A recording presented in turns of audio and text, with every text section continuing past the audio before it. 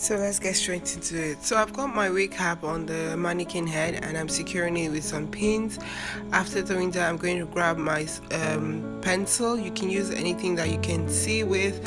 At the point, I think I even used some wax, so you can use an eye pencil, whatever you can see that you can easily clean off. This is the hair we'll be working with.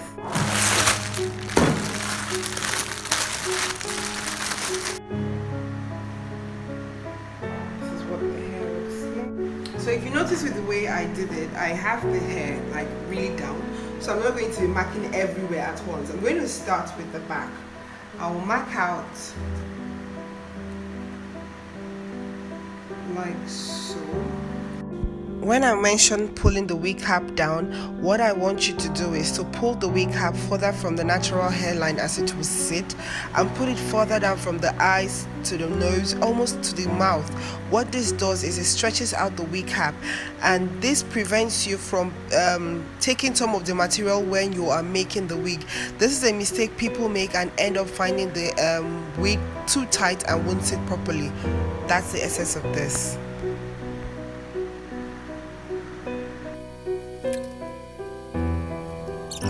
I'm going to have 1, 2, 3. After these 3, I'm going to increase, and that's how I keep going. So I'm not going to map out all the areas for 2 reasons. 1, I never map out all the areas, and 2, we're going to be using a second technique. So you don't want to be mapping out all the areas so you don't make a mistake. When you have a wig cap that has a band all around it, you don't want to pick on the band. You want to start above the band and start your sewing so that you don't end up mistakenly picking on the band. Then what happens when you do that is you thin out the elasticity of the band, and the wig would not stretch. It would not fit properly on your client's head or on your own head if you're making the wig for yourself. So you always want to move above the band. Now this would not apply to all wig caps. This would apply to wig caps that have the band round the perimeter. Always take notes. Now see how I'm passing the needle through the weft and through the wig cap. This is one method you use in sewing your wefts to your wig cap. As the video progresses, I'm going to show you another method I use in sewing or attaching my wefts to the wig cap. You guys can see the guide that I've been following, and you can see how neat it's turning out to be.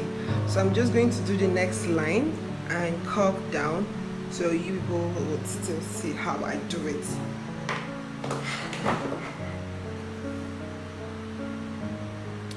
So this part is especially important for when you are turning.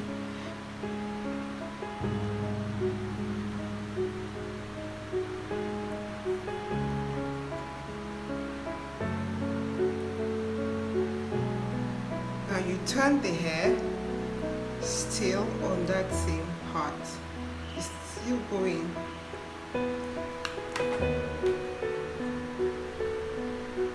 And secure that weft. So now it's in that position. You want to continue.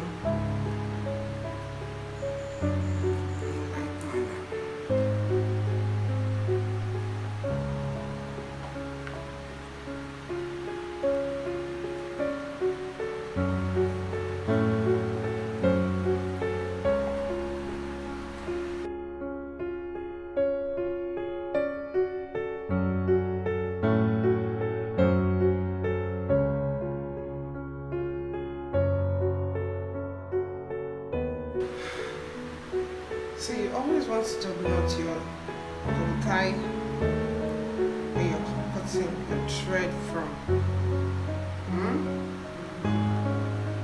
so that it is properly secure and the wig doesn't start to unravel from there. So this is it. I'll just add more, and following this guide, come down this way. Now this is the second method I use in attaching my weft to my wig cap. Notice that I'm passing the needle under the weft. I'm not passing it through the weft. Okay, so I prefer this method actually because it's faster than having to pierce the weft. But please remember, you always want to pierce the weft when you are turning a new line. You know, like when you get to the edge of the perimeter of the wig cap, please always do that because it helps your wig to lie flat. The second method I use to mark out my guide, and this is sincerely the faster, easy method. I prefer this method. I just use my T-pin, my pins to, just pin them. I create a straight line and I pin them down and I follow the line, and the more I go, I keep pulling off each one. When I get to a new pin, I take it out, stick it somewhere else, and that is it. However, I showed you the first step, even though I said this one is faster and easier, because this requires a pierceable dummy, which is more expensive for some people to get or difficult. So if you find this difficult to get, or you find it expensive to get, or the dummy you have at the moment is the non-pierceable kind and you're not looking to go out and get any other dummy anytime soon, then you can use the first method, which is using a guide, like drawing out your guide. Other than that, this method, I really do enjoy it. It's quite easy and faster, but yeah, that's the reason why I had to show you the two methods if you don't have a pierceable dummy.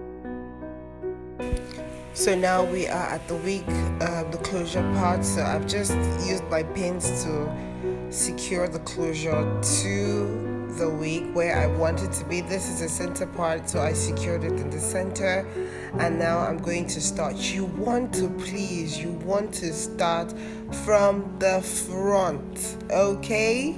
You want to start from the front, ideally on both sides. So you do one part, you get to the end, and then you ideally do the other part from the front as well and get to the end.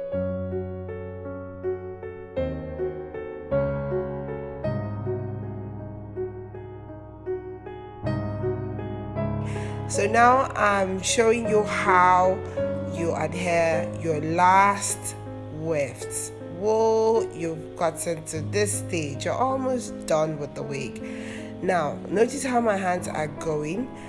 The way I'm passing my hands through is because I want to get the closure, the weft, and most importantly, the wig cap. A mistake some people find themselves making here is attaching the weft to the wig, to the closure, and not the wig cap. What's gonna happen is it's not going to give you a very, professional look. It's not going to be very tight and secure. And when you cut out the excess lace, the other parts of the wig cap is not going to fit so snugly to your head. So you want to pass the needle in such a way that you get both the wig cap, the wefts, and your closure. Always make sure, please, always make sure.